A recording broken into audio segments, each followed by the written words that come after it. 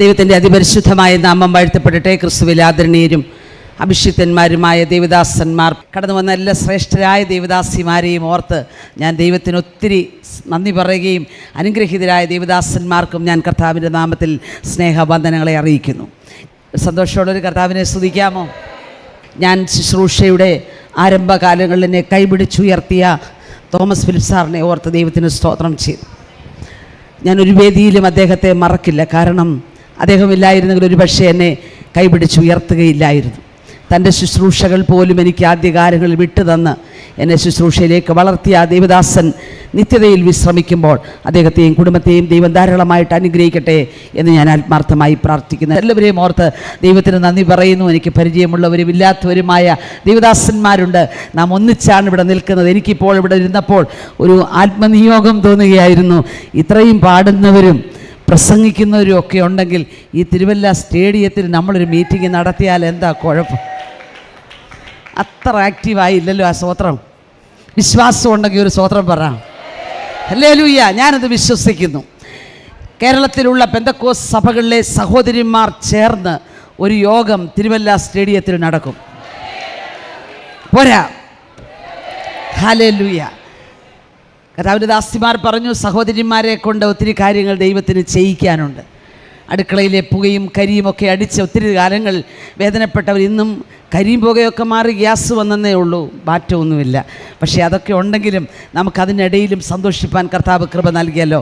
അതോർത്ത് ഞാൻ ദൈവത്തിന് നന്ദി പറയുന്നു. അനുഗ്രഹീതയായ പ്രിയ നിർമ്മല ആൻറ്റിയുടെ ഗാന ശുശ്രൂഷയ്ക്കായി ഞാൻ ദൈവത്തെ സ്തുതിക്കുന്നു. എല്ലാവരെക്കാളും ഞാൻ അധികം സ്നേഹിക്കുന്ന ബഹുമാനിക്കുന്ന പ്രിയ ലിസിമാമയെ ഓർത്ത് ദൈവത്തിന് സ്തോത്രം ചെയ്യുന്നു. സ്റ്റീഫൻ ദേവസിയുടെ മദറിൻലോയാണ് പ്രിയ ലിസിമാമ. എന്നാൽ എനിക്ക് ആ ബന്ധത്തിലൊന്നുമല്ല. എൻ്റെ മാതാപിതാക്കൾ ഭൂമിയിൽ ജീവിച്ചിരുന്ന് ഞങ്ങൾ 2 പെൺമക്കൾക്ക് വേണ്ടി കരയുമ്പോൾ അവരോടൊത്ത് ഞങ്ങളുടെ ചെറിയ പ്രായത്തിൽ കരഞ്ഞ പ്രിയാമ്മയെ ഓർത്ത് ഞാൻ ദൈവത്തെ സ്തുതിക്കുന്നു. വിദേശ രാജ്യത്ത് ജോലിയോടുള്ള ബന്ധത്തിൽ അവരായിരിക്കുമ്പോൾ ഞങ്ങളൊരു മുറിയിൽ കൂടിയിരുന്ന് പ്രാർത്ഥിക്കുന്നവരിൽ പ്രിയ കുടുംബം, പ്രിയ ജോയ്ച്ചാനും ലിസ്മാമയെ ഓർക്കുന്നു. ഇന്ന് കണ്ടപ്പോൾ എനിക്ക് ഒത്തിരി സന്തോഷം തോന്നി. ഒത്തിരി നന്ദി. ദൈവം അനുഗ്രഹിക്കട്ടെ. ആ കാലഘട്ടമൊക്കെ ഞങ്ങളുടെ ചെറിയ പ്രായമാണ്. കോളേജിലൊക്കെ പഠിക്കുന്ന സമയം, പെന്തക്കോസ്തിൻ്റെ വിശ്വാസത്തിലേക്കൊക്കെ വരുന്ന സമയത്ത് ഈ കൂട്ടായ്മയുടെ മഹത്വമൊക്കെ അന്നാണ് തിരിച്ചറിഞ്ഞത്. എൻ്റെ പിതാവ് പാർക്കുന്ന വീട്ടിൽ ഒരു മുറി ഉണ്ടായിരുന്നു. ആ മുറി പ്രാർത്ഥനാ മുറി മാത്രമാണ്. അമ്മയോട് ചോദിച്ചാൽ മതി. വിരിച്ച് മുഴുവൻ സമയത്ത് വേറൊന്നും നടക്കത്തില്ല. ആ മുറിയിൽ ഒരു പ്രാർത്ഥനാ മുറിയായി മാറ്റിയിരിക്കുക. ആ പ്രാർത്ഥനാ മുറിയിൽ ഇരുന്നു കൊണ്ട് പ്രാർത്ഥിച്ച പലരും പ്രസിദ്ധരുണ്ട്. സ്റ്റീഫൻ ദേവസിയുടെ പിതാവുണ്ട്, അതുപോലെ നമ്മുടെ ഹല്ലേലൂയ സാംകുട്ടിയുടെ വൈഫ് പ്ലൻസിയുടെ പിതാവ് ജോർജ് അങ്കിളുണ്ട്. അങ്ങനെ ഒരുപാട് പേര് അവിടെയുണ്ട്. അവിടെയൊക്കെ നടുവിലിരുന്ന് ഞങ്ങൾക്ക് വേണ്ടി അന്ന് പ്രാർത്ഥിച്ചപ്പോൾ ഒരിക്കലും അമ്മാമ്മയെ ഓർത്ത് കാണത്തില്ല ഞാനിങ്ങനെ പ്രസംഗിക്കുന്നത് കേൾക്കാൻ മുമ്പിൽ വരുമെന്ന് ഓർത്ത് ഞാൻ ദൈവത്തെ സ്തുതിക്കുന്നു. കുടുംബമായവരെ ദൈവം സഹായിക്കട്ടെ. എല്ലാറ്റിനായും ദൈവത്തിന് നന്ദി പറയുന്നു. ഞാൻ സമയം നഷ്ടപ്പെടുത്തുന്നില്ല. വേഗത്തിൽ ദൈവം എന്നോട് പറഞ്ഞ ഒരു വചനത്തിലേക്ക് ഞാൻ കടക്കുന്നതിന് മുൻപ്, കഴിഞ്ഞ പകലിൽ പ്രഭാതത്തിൽ ഞാൻ പ്രാർത്ഥിക്കുമ്പോൾ ദൈവാത്മാവിനോട് പറഞ്ഞു, വാർദ്ധക്യത്തിലുള്ള ശിമ്യോൻ എന്ന മനുഷ്യൻ വൃദ്ധനാണ്, വയോധികനാണ്. അദ്ദേഹത്തിൻ്റെ ഹൃദയത്തിനകത്തൊരു ദർശനം കിടന്ന് ചലിക്കുന്നുണ്ട്. മരണത്തിന് മുൻപേ മരണമില്ലാത്തവനെ കാണുമെന്ന ദർശനം തൻ്റെ ഹൃദയത്തിൽ വഹിച്ചുകൊണ്ട് നാളുകളായി താൻ നടക്കുകയാ.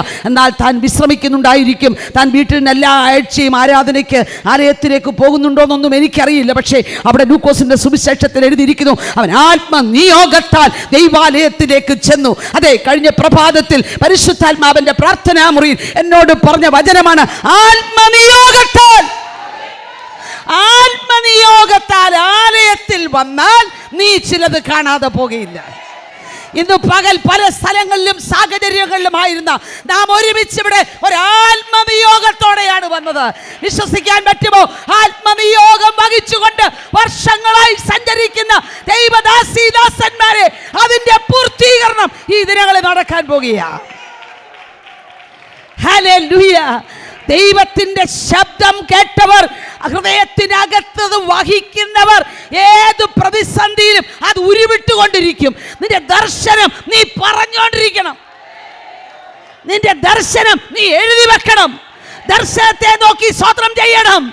അത് നിന്നുപോകയില്ല, അത് സംഭവിക്കും. 2026 ദർശനം വഹിക്കുന്നവർ വിശ്വസിക്കട്ടെ, അത് നിവൃത്തിയാകും. വിശ്വസിക്കുന്നവർ ദൈവത്തിന്റെ കരങ്ങളെ അടിച്ചെന്ന് സ്തോത്രം ചെയ്യാമോ? ഓ റിബലാരബ ശംദരാദല, നിന്റെ ദർശനം ചെറുതാണെങ്കിലും അതിനെ വളർത്തുന്നൊരു ദൈവമുണ്ട് കേട്ടോ. ഹൃദയത്തിൽ ദർശനം നൽകിയ ദൈവമാണെങ്കിൽ അതിന് വളമിടുകയും വെള്ളമൊഴിക്കുകയും ചെയ്യുന്നത് ദൈവമാണ്. കാലാകാലങ്ങളിൽ ഭൃത്യന്മാരെ ആക്കി വെച്ച് ആ ദർശനത്തെ ദൈവം വളർത്തും. Yes, hallelujah. ഞാൻ 25 വർഷം മുമ്പ് കണ്ടത് നടന്നില്ലല്ലോ, ഭാരപ്പെടേണ്ട. അതിൻ്റെ സമയമായി. ഇന്ന് ഇവിടുന്ന് എഴുന്നേൽക്കുന്നതിന് മുൻപ് ആ ദർശനത്തിൻ്റെ പൂർത്തീകരണം ആരംഭിക്കുകയാണ്. ഭവനങ്ങളിൽ മടങ്ങിച്ചെല്ലുമ്പോൾ, ശുശ്രൂഷ മേഖലകളിലെത്തുമ്പോൾ ഓർക്കുക, പ്രതീക്ഷ നഷ്ടപ്പെട്ട സാഹചര്യങ്ങളിലും ആത്മനിയോഗം പരിശുദ്ധാത്മാവുള്ള മനുഷ്യന്റെ മേൽ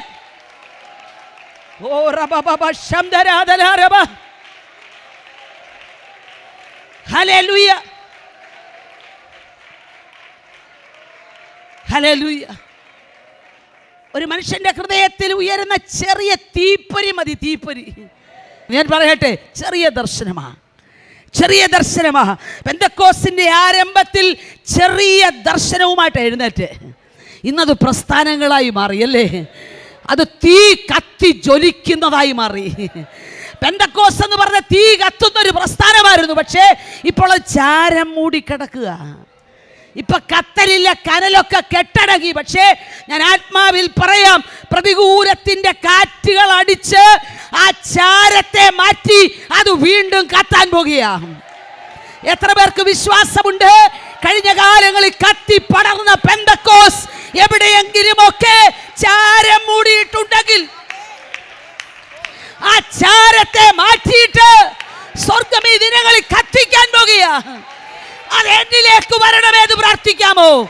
എന്നിലൊന്ന് കത്തണമേന്ന് പ്രാർത്ഥിക്കാമോ?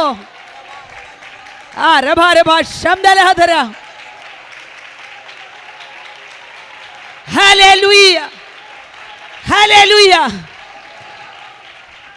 പ്രതികൂലത്തിന്റെ കാറ്റടിക്കുമ്പോൾ ചാരം പോകും. പ്രതികൂലത്തിന്റെ കാറ്റടിക്കുമ്പോൾ ചാരം പോകും. പ്രതികൂലത്തിന്റെ കാറ്റടിക്കുമ്പോൾ ഞാൻ തീർന്നെന്ന് പറയാൻ വരട്ടെ. എന്നെ കൊണ്ട് ഇനി ഒന്നിനും കൊള്ളില്ലെന്ന് പറയരുത്. എനിക്കിനി ഒന്നും ചെയ്യാൻ പറ്റത്തില്ലെന്ന് പറയരുത്. ഇവരിവിടെ എല്ലാം ക്രിസ്ത്യൻ ലേഡീസ് ഫെലോഷിപ്പിന്റെ കാര്യമൊക്കെ ഇവർ കണ്ടതും കേട്ടതുമാണ് പറഞ്ഞത്, അനുഭവിച്ചത് ഞാനാ. 18 വർഷത്തോളം എൻ്റെ പ്രാർത്ഥനാ മുറിയിൽ ഞാൻ വീണ് കിടന്നതാ. എൻ്റെ മാതാപിതാക്കൾ ഇഷ്ടം പോലെ സമ്പാദിച്ചവരാ, മുഴുവൻ ഉപദേശിമാർക്ക് കൊടുത്തു. ഞങ്ങളുടെ അമ്മാച്ചന്മാരൊക്കെ പറഞ്ഞു ഈ 2 പെൺപിള്ളേരും തെണ്ടുവന്നു. പക്ഷെ ഇന്ന് വരെ ആ പ്രവചനം നടന്നില്ല. ഞങ്ങൾ ഇന്നും തെണ്ടാൻ പോകുന്നില്ല. ഞങ്ങൾ ഇന്നും കർത്താവിനെ ഉയർത്തുക. വിദേശ രാജ്യങ്ങളിൽ ചെല്ലുമ്പോൾ അവിടെ കൊണ്ടുപോകുന്നവർ പറയും, ആൻറ്റി ഒരു ഡോക്ടറോ എഞ്ചിനീയറോ ആണ്, ഞങ്ങൾ മൈൻഡ് പോലും ചെയ്യില്ല, ഈ പുസ്തകം ചുമന്നുകൊണ്ടാണ്. അപ്പം ഏറ്റവും നല്ല നിധി തന്നിട്ടാണ് അവർ പോയത്. മനസ്സിലാകുന്നുണ്ടല്ലോ? ചോദിച്ചാൽ മതി. ലിസിമാമെ തന്നെ കിട്ടിയാൽ ചോദിച്ചാൽ മതി. ഒത്തിരി അഭിഷിക്തന്മാർക്ക് ചോറ് കൊടുത്തയാളാണ് എൻ്റെ അമ്മ. ഒത്തിരി അഭിഷിക്തന്മാർക്ക് വേണ്ടി പ്രാർത്ഥിച്ചതാണ് എൻ്റെ അമ്മ.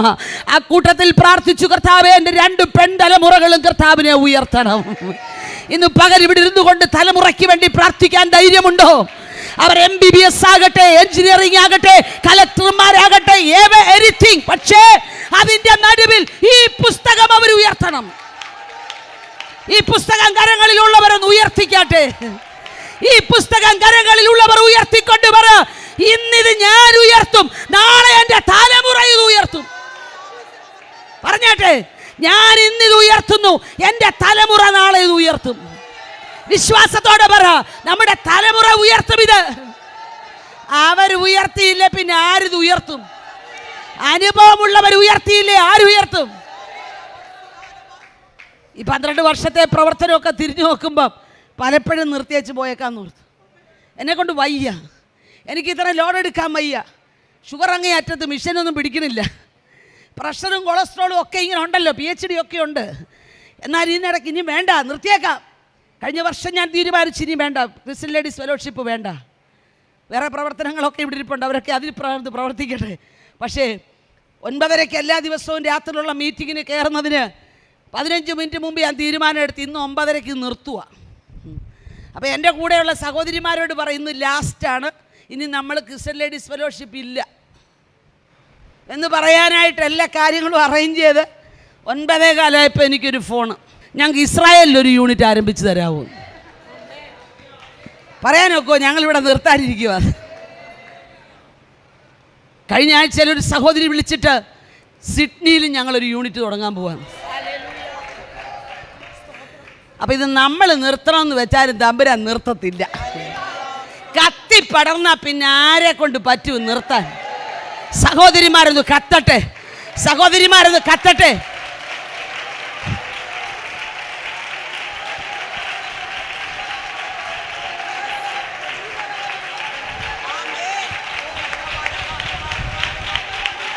യെസ്,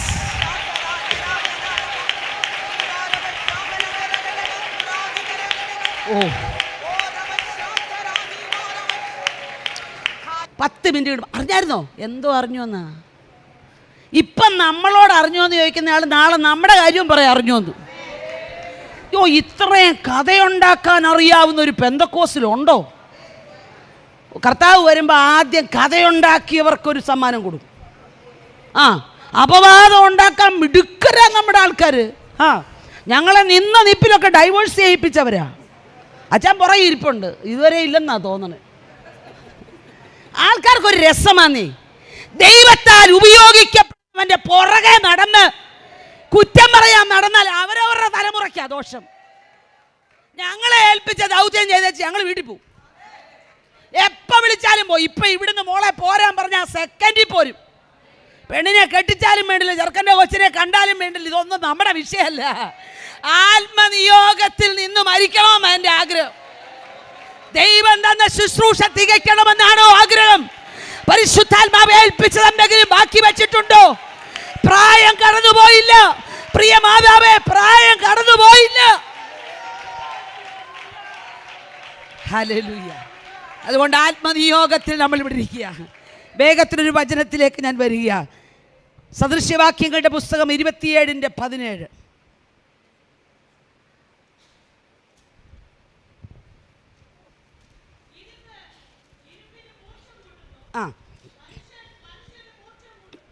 മതി.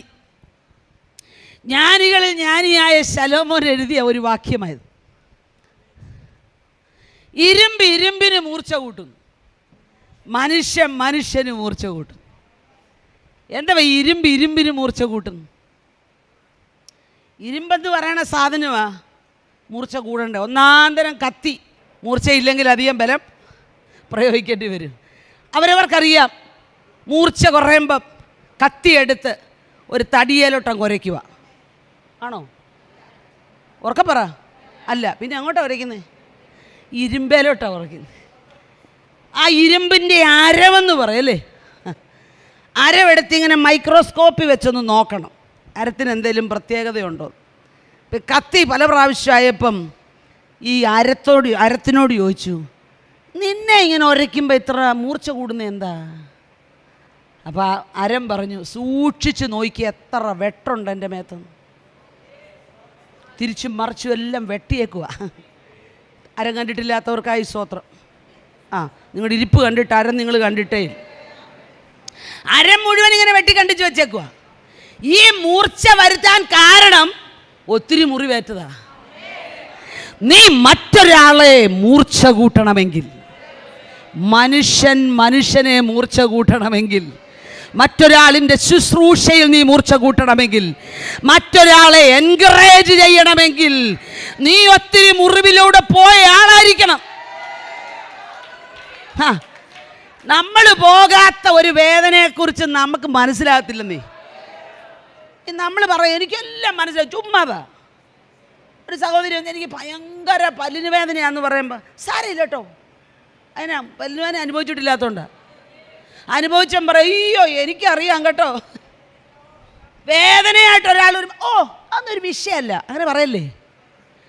ഈ അരത്തോട് ചോദിച്ചാൽ പറയും ഞാൻ ഇഷ്ടം പോലെ വെട്ടുകൊണ്ടതാ, ചെറിയ ചെറിയ ചെറിയ വെട്ടുകൊണ്ടാ ചതുരത്തിലാതിരിക്കുന്നല്ലേ. അങ്ങനെയാണെങ്കിൽ മറ്റുള്ളവർക്ക് മൂർച്ച കൂട്ടുന്നവർ അതിവേദനയിലൂടെ പോയവരാ, മറ്റാരും പോകാൻ ഇഷ്ടപ്പെടാത്ത വേദനയിലൂടെ പോയവരാ. തലമുറയുടെ വിഷയത്തിലൊക്കെ ഒത്തിരി വേദനിച്ചവർ ഇവിടെ ഇരിപ്പുണ്ട്. അനുഗ്രഹിക്കപ്പെട്ട അമ്മമാർ ഇവിടെ ഇരിപ്പുണ്ട്. ഞാൻ പേരൊന്നും പറയത്തില്ല, പക്ഷേ ഞാൻ പറയും. ഭർത്താവിൻ്റെ വീട്ടിൽ അല്പം പ്രയാസം വന്നപ്പം പെട്ടി എടുത്തോണ്ട് ഇങ്ങോട്ട് പോരാനായിട്ട് സ്വന്തം മോള് വിളിച്ചാൽ എന്താ പറയും? മേഴ്സി ആൻറ്റി, എൻ്റെ മോളെ നീ വേഗം പോരും, ഞാനിവിടെ മീൻ വറുത്ത് വെച്ചേക്കുക. സ്വത്രം പോയുണ്ടോ? ഇനി ഈ ഭർത്താവിൻ്റെ വീട്ടിൽ പോയേച്ചുള്ള ഈ ഫോൺ വിളി തന്നെ നിർത്തണം. പോകാൻ നേരത്തെ അവിടെ കയ്യിൽ നിന്ന് ഫോൺ ഇഞ്ഞ് മേടിച്ചേച്ച് വേണം വിടാൻ.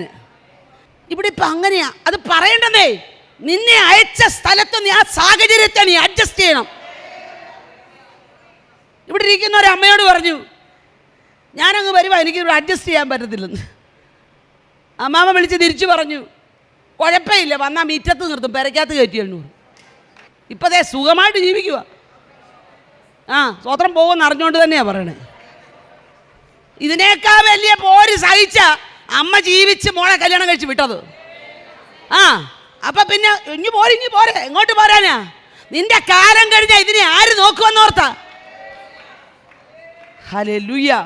നീ മുറിവേറ്റയാളാണെങ്കിൽ നീ എൻകറേജ് ചെയ്യണം. നീ ആ കഷ്ടതയിൽ നിൽക്കാൻ പറയണം. പരിശുദ്ധാത്മാവ് ഇത് പകൽ ആ ദൂതിലൂടെ പോവുകയാണ്. ഞാൻ വേഗത്തിൽ പോകുന്നതുകൊണ്ട് എനിക്ക് എവിടെ എത്തുമെന്നൊന്നും അറിയില്ലെങ്കിലും ഞാൻ പറയാം. ഇരുമ്പെന്ന് പറയുന്ന സാധനം രണ്ട് തരമുണ്ട്. ഒന്ന് ഉരുക്കും, ഒന്ന് പച്ചിരുമ്പും. അല്ലേ? പച്ചിരുമ്പെന്ന് പറഞ്ഞാൽ മൈൽഡ് സ്റ്റീൽ എന്ന് പറയും. അത് വളച്ചാൽ വളയും, തീയൊന്നും വേണമെന്നില്ല. ചെറിയൊരു അടി കൊണ്ടാൽ മതി.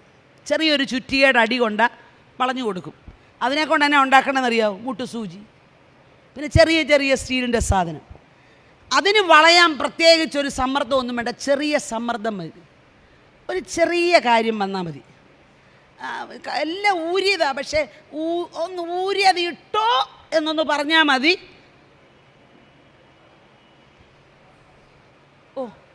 എല്ലാവരും ബർബരന്മാരാ. എല്ലാം ഉപേക്ഷിച്ച വേണമെങ്കിൽ എന്ന് പറയുന്നതിന് മുമ്പേ അതെടുക്കും. ലോകമോഹം എന്നാന്നറിയോ? മൈൽഡ് സ്റ്റീലാ, പച്ചിരുമ്പാ, വലിയ പ്രശ്നമൊന്നുമില്ല, അതങ്ങ് പോവുക. അതിനെ അടിച്ചാൽ അങ്ങോട്ട് വളയണോ, അങ്ങോട്ട് വളയും, ഇങ്ങോട്ട് വളയണോ, ഇങ്ങോട്ട് വേണം. ഇപ്പം അടുത്ത പള്ളിയിൽ പോകണോ, അങ്ങോട്ട് പോകും, ഈ പള്ളിയിൽ പോകണോ, ഇങ്ങോട്ട്, എവിടെ വേണേലും പോവും, ഇവിടെയും വരും. മൈൽഡ് സ്റ്റീലാ, പച്ചിരുമ്പാ. പക്ഷെ അടുത്തത് ഉരുക്ക്, കാസ്റ്റ് അയൺ. അതേലടിച്ചാൽ ചുറ്റിയെ തെറിച്ചു. കർത്താവിന് വേണ്ടി ശക്തിയോടെ നിന്ന് പ്രയോജനപ്പെട്ട് അപവാദങ്ങളുടെ ആഴത്തിൽ നിന്നുകൊണ്ട് കർത്താവിന് വേണ്ടി ആത്മാക്കളെ നേടിയ ഉരുക്കു മനുഷ്യർ പെന്തക്കോസ്തിലുണ്ടായിരുന്നു. വലിയ ചുറ്റിയോണ്ട് അടിച്ചടിച്ച് ചിലപ്പോൾ പരുവപ്പെടുത്താൻ നോക്കുമ്പോൾ ഒരു കഷണം തെറിച്ചങ്ങ് പോകും. പക്ഷേ ആ തെറിച്ചു പോയതും അത് സാധാരണ കഷ്ടമല്ല, അത് അവിടെ കിടക്കുമ്പോൾ തന്നെ അതിന് പവറുണ്ട്. അങ്ങോട്ടും ഇങ്ങോട്ടും സാഹചര്യം അനുസരിച്ച് വളയുന്ന പച്ചിരുമ്പിനോട് കൂട്ടുകൂടി നിന്റെ സമയം കളയരുത്. ഉരുക്കിൻ്റെ കൂടെ നിൽക്കണം, ഉരുക്ക് മനുഷ്യരുടെ കൂടെ നിൽക്കണം. പൊട്ടിപ്പോവത്തില്ലെന്ന് ഉറപ്പുള്ളതുകൊണ്ടാ അതിനെ റെയിൽവേ പാലം ഉണ്ടാക്കാനായിട്ടേക്കണേ. മൈൽഡ് സ്റ്റീലും കൊണ്ട് മുട്ടുസൂചിയും കൊണ്ട് നടക്കുമ്പം റെയിൽവേക്ക് ഇത്രയും ഈ പാളം ഉണ്ടാക്കിയേക്കുന്നത് ഉരുക്കുകൊണ്ടാ. നീ കിടക്കുവാണെ പ്രയോജനത്തോടെ കിടക്കണം. ദീർഘദൂരമുള്ള എത്രയോ ട്രെയിനുകൾ ഓടിയിട്ടും ശക്തിയോടെ ഉരുക്കിൻ്റെ പാളങ്ങൾ നിൽക്കുമ്പോൾ ചെറിയ സമ്മർദ്ദങ്ങളുടെ നടുവിൽ ദൈവവചനത്തെ വിട്ട്, ദൈവസ്നേഹത്തെ വിട്ട്, കൂട്ടായ്മ വിട്ട്, പരിശുദ്ധാത്മാവിനെ വിട്ട് പുറകോട്ട് പോകുന്ന ആ കൂട്ടുകെട്ടുകൾ നിനക്ക് വേണ്ട. ആദ്യകാല പെന്തക്കോസ്ത് സഭകൾ ഉരുക്ക് മനുഷ്യരായിരുന്നു. എന്തു വന്നാലും പുറകോട്ടില്ല. രക്തസാക്ഷികളായ ഉരുക്ക് മനുഷ്യരുണ്ടായിരുന്നു. അതിൻ്റെയൊക്കെ പിൻഗാമികളായി വന്ന നമ്മൾ അവിടെയാണോ ഇവിടെയാണോ എന്നറിയാതെ നടക്കരുതെന്നാണ് പറഞ്ഞത്. Praise the Lord. മനസ്സിലാവുന്നുണ്ടോ? അതുകൊണ്ട് ആ ഇരുമ്പിൻ്റെ മൂർച്ച കൂട്ടും. തടിയേലാരും ഉരയ്ക്കത്തില്ല. അതേ സബ്സ്റ്റൻസ് തന്നെ വേണം. മൂർച്ച കൂട്ടണമെങ്കിൽ അവൻ്റെ അകത്തും അവളുടെ അകത്തും ഒരു ദൈവ സാന്നിധ്യം വേണം.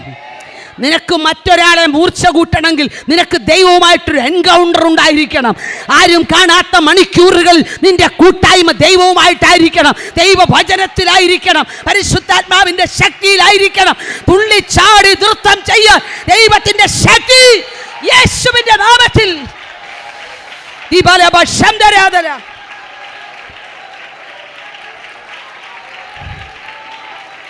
ഹല്ലേലൂയ. Hallelujah, hallelujah. വേദപുസ്തകത്തിന്റെ ചരിത്രം തുടങ്ങുന്നത് മോശയാ. അത് എഴുതി തുടങ്ങിയത് മോശയാ അല്ലേ? തീരുന്നത് പത്മോസിൽ യോഹന്നാനിലൂടെയാ. നോക്കിക്കേ, ഏതെല്ലാം പ്രതിസന്ധിയിലൂടെ കടന്നുപോയെന്ന്. സ്വന്തം വീട്ടിൽ ജീവിക്കാൻ പോലും അനുവാദമില്ലാത്ത മോശയിൽ തുടങ്ങി പത്മോസിന്റെ ഏകാന്തതയിലേക്ക് വലിച്ചെറിയപ്പെട്ട യോഹന്നാൻ വരെ എഴുതി ചേർത്ത പുസ്തകമാ വേദപുസ്തകം. ഈ വേദപുസ്തകം പ്രമാണിക്കുന്നവർക്കും ചിലപ്പോൾ വീട്ടിൽ നിൽക്കാൻ പറ്റിയില്ല. ചിലപ്പം മറ്റുള്ളവർ നോക്കുന്ന സന്തോഷം ലഭിച്ചെന്ന് വരില്ല. എല്ലാവരുടെയും തലമുറ പോകുന്നത് പോലെ പോകാൻ നമ്മുടെ തലമുറയ്ക്ക് പറ്റിയില്ലെന്ന് തോന്നും. ഉടനെ ഞാൻ പിന്മാറ്റത്തിലാണെന്ന് പിശാച് പറഞ്ഞാൽ അത് നീ വിശ്വസിക്കരുത്. നീ പിന്മാറ്റത്തിലായിട്ടല്ല, നീ ഒരു ഉരുക്കു മനുഷ്യനായിക്കൊണ്ടിരിക്കുക. നീ പോകുന്ന പാതയിൽ നിന്നെ ദൈവം പ്രിപ്പയർ ചെയ്തോണ്ടിരിക്കുക. ആ പ്രോസസ്സിന്റെ ആഴത്തിലേക്ക് പോകുമ്പോൾ മതിയെന്ന് പറഞ്ഞ് പിന്തിരിയരുത് കേട്ടോ.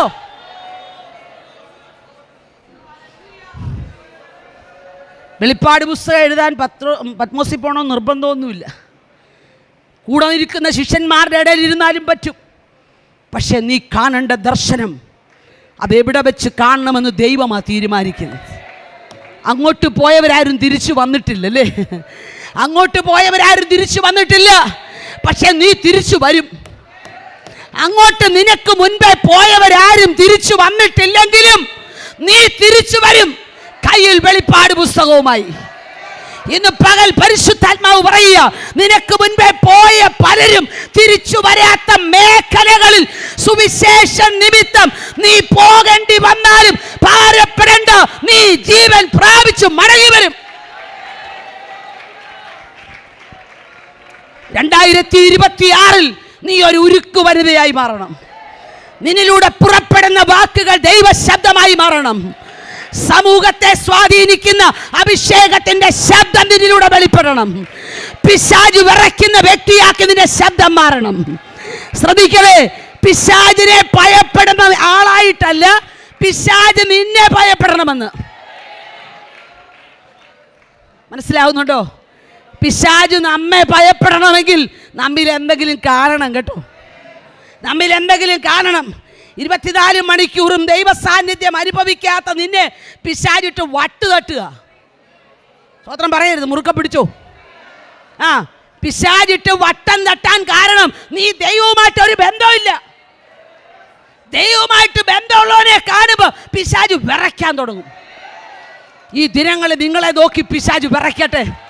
നിങ്ങളുടെ കുടുംബാന്തരീക്ഷങ്ങൾ മാറട്ടെ. നിങ്ങളുടെ കുടുംബാന്തരീക്ഷങ്ങൾ മാറട്ടെ യേശുവിന്റെ നാമത്തിൽ. ഓ റീബലബ ശബ്ദര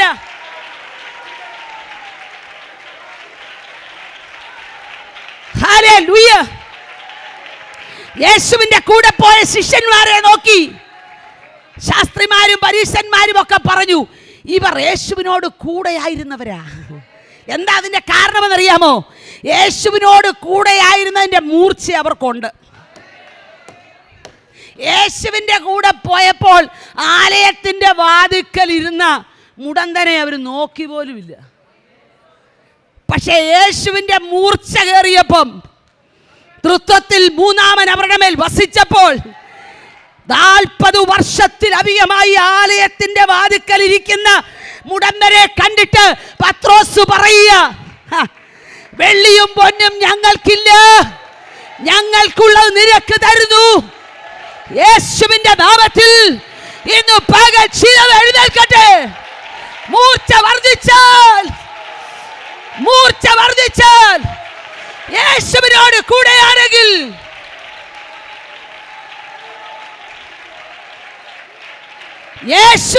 കൂടെയാണെങ്കിൽ നിന്റെ മൂർച്ച വർദ്ധിക്കും.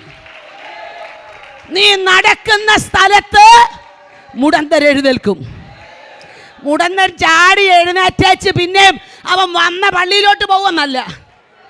മുടന്തൻ ചാടി എഴുന്നേൽക്കുക മാത്രമല്ല, അവൻ നിന്റെ കൂടെ ആലയത്തിൽ കാണും. എൻ്റെ ചിന്ത പത്രോസ് യോഹന്നാനും തുള്ളിയതിനേക്കാൾ കൂടുതൽ മുടന്തൻ തുള്ളിയുന്ന. കാരണം അവൻ്റെ ജീവിതത്തിൽ ആദ്യമായിട്ടല്ലേ അവൻ തുള്ളുന്നത്. അവൻ ആദ്യമായിട്ട് തുള്ളിയോണ്ട് നല്ലോണം തുള്ളി കാണും. ഇവർ തുള്ളി മടുത്ത വേണ്ടി ഇവർ കുറച്ചായിരിക്കും തുള്ളി. മൂർച്ച കൂടി യേശുവിൻ്റെ കൂടെ നടന്നപ്പോഴാ. മൂർച്ച കൂടാവോ? മൂർച്ച കൂടാൻ പ്രാർത്ഥനാ മുറിയിലോട്ട് കയറാമോ? മൂർച്ച കൂട്ടി ഇറങ്ങാമോ? ചിലർക്ക് മൂർച്ച കൂട്ടുന്ന വർഷമായത്. നിനക്ക് മൂർച്ച കൂട്ടുന്നത് മറ്റ് ചിലരെ മൂർച്ച കൂട്ടാന് യേശുവിന്റെ നാമത്തിൽ.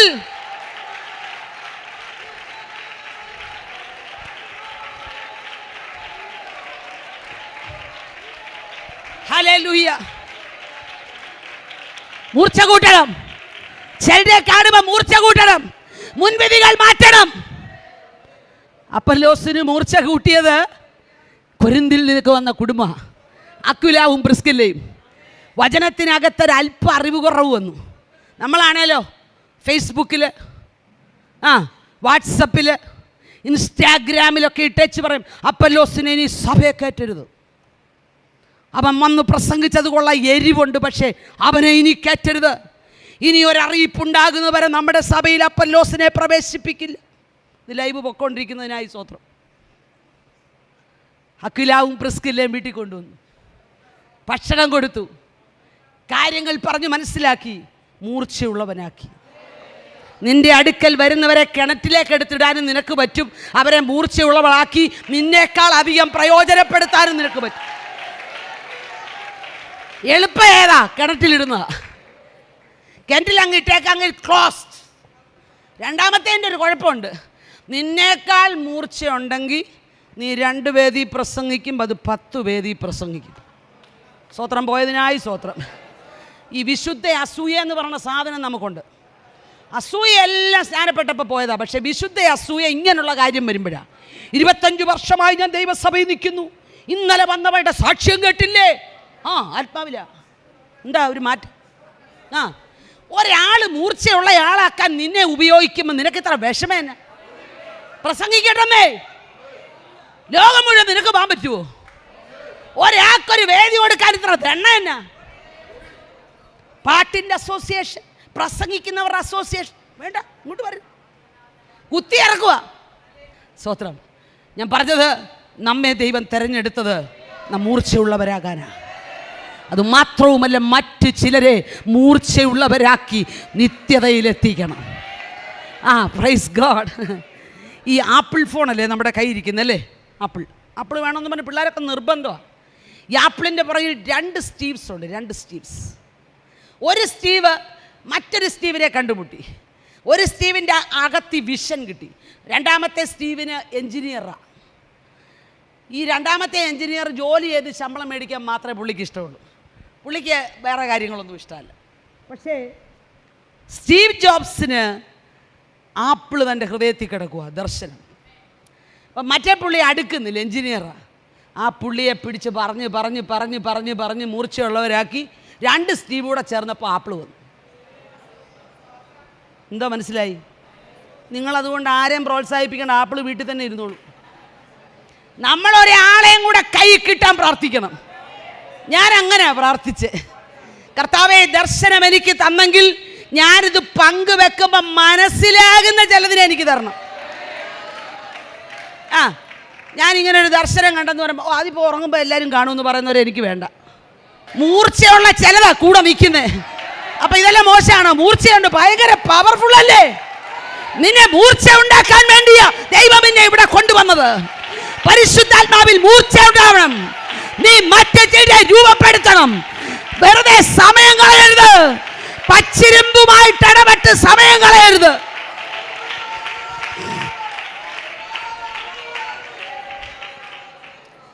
ഇരുമ്പിനെ മൂർച്ച ഉണ്ടാക്കണേ തീ ചൂളക്കകത്തോട്ടാണ് ഇടുന്നത് അല്ലേ? തീക്കകത്തോട്ടിടും, പിന്നെ വെള്ളത്തിലോട്ടിടും, ചുറ്റിക വെച്ചടിക്കും. തിരുവചനം ചുറ്റിക പോലെയാ. എത്ര അടി കൊണ്ടിട്ടാ പുസ്തകം കയ്യിലെടുത്തേ? ഇപ്പോഴും അടിക്ക് വല്ല കുറവുണ്ടോ? ഞാൻ കഴിഞ്ഞ ദിവസം എവിടെയോ പറഞ്ഞ പോലെ അടി തീരണേ പെട്ടിയുടെ ആണി അടിക്കണം. അങ്ങനെയുള്ളവരുണ്ട് കേട്ടോ, അല്ലാത്തവരുമുണ്ട്. ഞാൻ സത്യമായിട്ടും പറയുക, പെന്തക്കോസ്തി വന്നിട്ട് ഇതുവരെ ഒരു പ്രതികൂലം വരാത്ത വിശുദ്ധന്മാരും ഉണ്ട്. ഒരടിയും കൊള്ളുന്നുമില്ല, അവരൊന്നിനുമില്ല, ഞാനൊന്നിനുമില്ല. അവരിന്നിവിടെ വന്നിട്ടില്ല. നിങ്ങൾ ഈ മൂർച്ചയുള്ളവരാണ് വന്നേക്കുന്നത്. വരാതെ വീട്ടിലിരിക്കുന്നവരോട് ചോദിച്ചാൽ പിന്നെ ഞായറാഴ്ച തന്നെ ഇച്ചിരി അധികമായിട്ടിരിക്കുക, ഇനി ഇതുകൂടെ കേട്ടിട്ട് എന്നാ ചെയ്യാനാ? അവരങ്ങനെ തന്നെ അങ്ങ് പോവുക.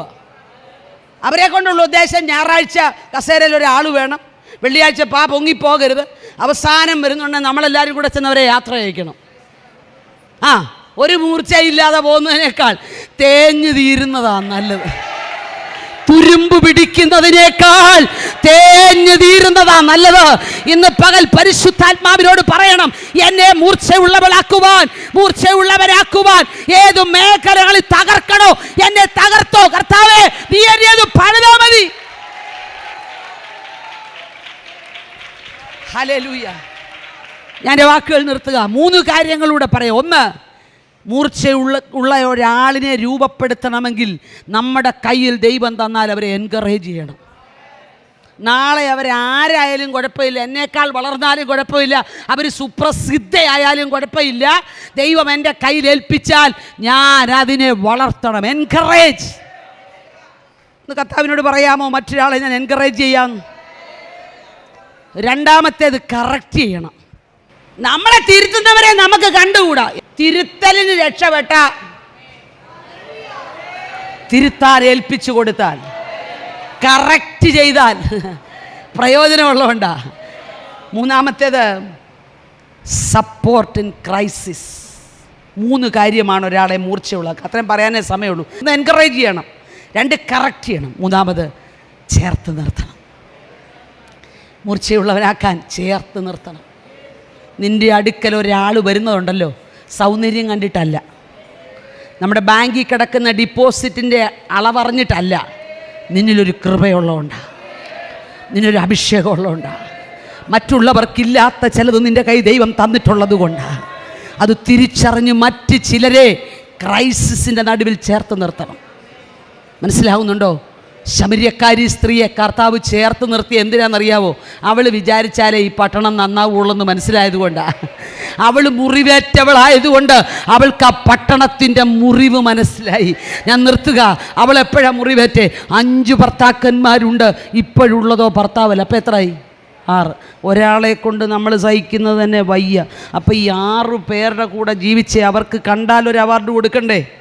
പക്ഷെ ഒരു സ്ഥലത്തും അവർക്ക് സമാധാനം ലഭിച്ചില്ല. അവിടെ വീട്ടിൽ നിന്ന് പോലും ഇവിടെ റിജക്ഷൻ അനുഭവിക്കുക. അവരെവിടെ നിന്നേന്നറിയാമോ? യേശുവിൻ്റെ അടുക്കൽ. യേശു ആരാ? സ്വന്തം കുടുംബക്കാരുടെയും ജാതികളുടെ ഇടയിൽ നിന്ന് സഹിച്ചവനാ, റിജക്ഷൻ അനുഭവിച്ചവനാ. ആ കർത്താവിന് മനസ്സിലാകും. എവിടെയാ നിന്നേ? സുഖാർ എന്ന പട്ടണത്തിൽ യോസഫ് കൊടുത്ത കിണറിനരികെ. അതെന്താ? റിജക്ഷൻ അനുഭവിച്ച യോസഫ് കൊടുത്ത കിണർ. കണ്ടോ?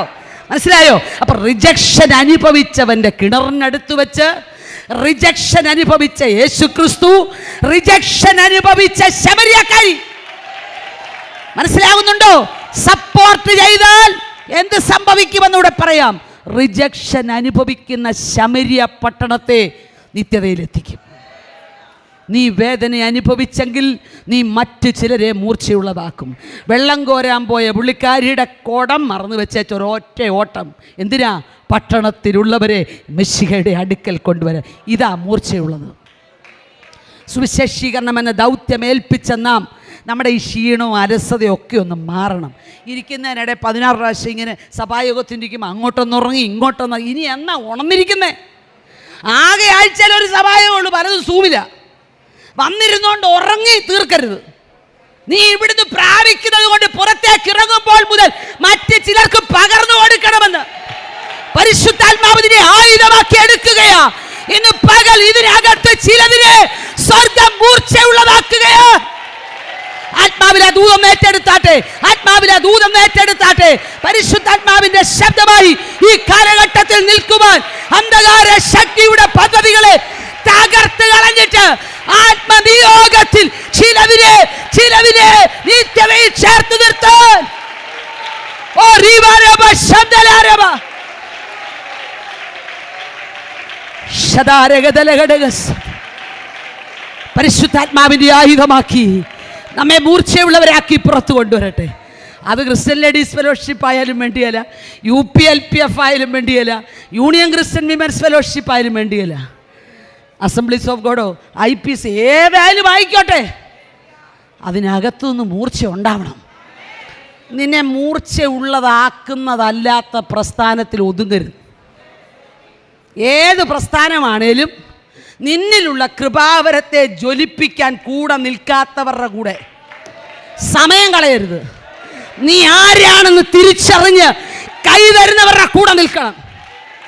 വർഷങ്ങൾ കൂടെ നിന്നിട്ടും തിരിച്ചറിയാത്ത പലരും എനിക്കുണ്ടായിരുന്നു. പക്ഷേ ആത്മാവിൽ തിരിച്ചറിഞ്ഞ ചിലതിനെ ദൈവം എൻ്റെ കൂടെ തന്നിരിക്കുക. ഞാൻ വിശ്വസിക്കുന്നു. കേരളത്തിൽ ഉണർവിൻ്റെ കാറ്റ് പ്രാർത്ഥിച്ചാരംഭിച്ച ദൈവദാസൻ പറഞ്ഞു, തെക്കു നിന്നൊരു തീ പുറപ്പെടുകയാ, വടക്ക് നിന്നൊരു വാള് പുറപ്പെടുകയാ. വാര്യാപുരം യോനാച്ചാൻ പ്രവചിച്ച പ്രവചനം ഇന്ന് പകൽ ഒരിക്കൽ കൂടെ ഞാൻ പറയുകയാ. ഇന്ത്യയുടെ വടക്ക് നിന്നൊരു വാള് വരുന്നു. സുവിശേഷത്തിനെതിരെ ചലിക്കുന്ന, അനേകരെ രക്തസാക്ഷികളാക്കുന്ന ഈ മാർഗത്തെ കെട്ടി ഉറപ്പിച്ചു വെക്കാൻ, കുഴിച്ചു മൂടാൻ, ഇല്ലാതാക്കാൻ ശ്രമിക്കുന്ന വാള് സുവിശേഷത്തിനെതിരെ. അപ്പോൾ തെക്കേ അറ്റത്തുനിന്ന് ആത്മനിറവിൽ ഓ ദൈവത്തെ സ്തുതിക്കുന്ന, ദൈവത്തെ ആരാധിക്കുന്ന, വരപ്രാപ്തരായ, അഭിഷിക്തരായ, പിശാച് ഭയപ്പെടുന്ന തീ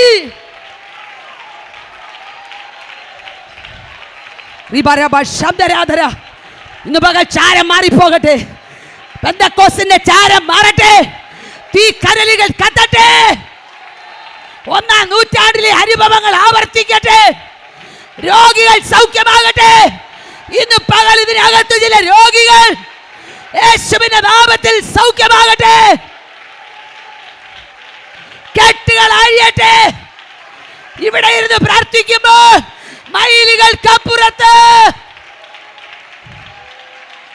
മൈലുകൾക്കപ്പുറത്ത് ചില കെട്ടുകൾ യേശുവിന്റെ നാമത്തിൽ അഴിയട്ടെ. ഈ മീറ്റിംഗ് തിരുവല്ല പട്ടണത്തിനകത്ത് ദൈവശക്തി വ്യാപരിപ്പിക്കുന്നതായി മാറട്ടെ. യേശുവിന്റെ നാമത്തിൽ തീ പന്തങ്ങളാക്കി, ദൈവദാസിമാരെ തീ പന്തങ്ങളാക്കി, ചുറ്റുപാടുകളെ കത്തിക്കുന്ന, ദൈവഹിതത്തിന് വിരുദ്ധമായതിനെ കത്തിക്കുന്ന, ആത്മനിയോഗത്തെ തകർക്കുന്നതിനെ കത്തിക്കുന്ന ഒരഭിഷേകം ഇവിടുന്ന് വെളിപ്പെടട്ടെ. സ്വർഗമകരെ ചെയ്യുന്നതിനായി സ്തോത്രം. വിശ്വാസത്തോടെ കരങ്ങളെ ഉയർത്തി കർത്താവിനെ സ്തുതിക്കും. ദൂത് തീർന്നില്ലെങ്കിൽ ഞാൻ നിർത്തുക. കർത്താവ് ധാരാളമായിട്ട് അനുഗ്രഹിക്കട്ടെ.